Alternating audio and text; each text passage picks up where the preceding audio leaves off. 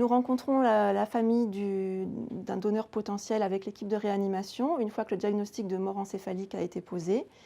Et nous sommes à la recherche d'un témoignage des proches du défunt concernant son positionnement sur le don d'organes.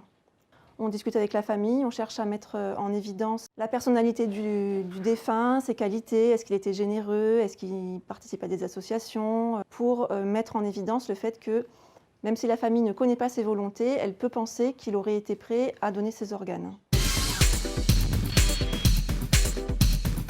Avant le bloc, on constitue un dossier médical très complet concernant cette personne, le donneur d'organes, qui va avoir pour but de vérifier l'absence de contre-indication à la greffe et également de pouvoir qualifier les organes qui vont être proposables à la greffe. Au bloc opératoire, on a un rôle de coordination en fait, avec toutes les équipes chirurgicales qui arrivent au bloc opératoire dans une chronologie qui est bien déterminée.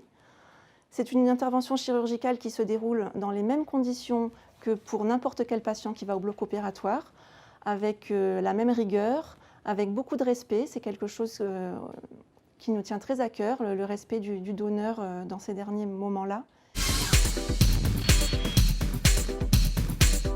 Juste avant le transport, on s'assure du bon conditionnement des greffons. Et ensuite, les transports, là, le temps est compté. Le greffon cardiaque, c'est celui qui est le plus fragile. Il faut le greffer dans les 4 heures.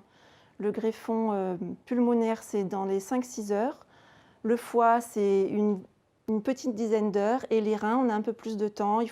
On peut aller jusqu'à 24 heures, tout en sachant qu'au plus vite il est greffé, de meilleure qualité il sera et meilleure sera la qualité de la greffe. Donc c'est une course contre la montre pour que les équipes chirurgicales regagnent leur bloc de transplantation dans les plus brefs délais.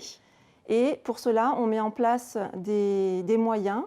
On leur propose un transport accompagné d'escortes de police pour regagner au plus vite leur centre hospitalier.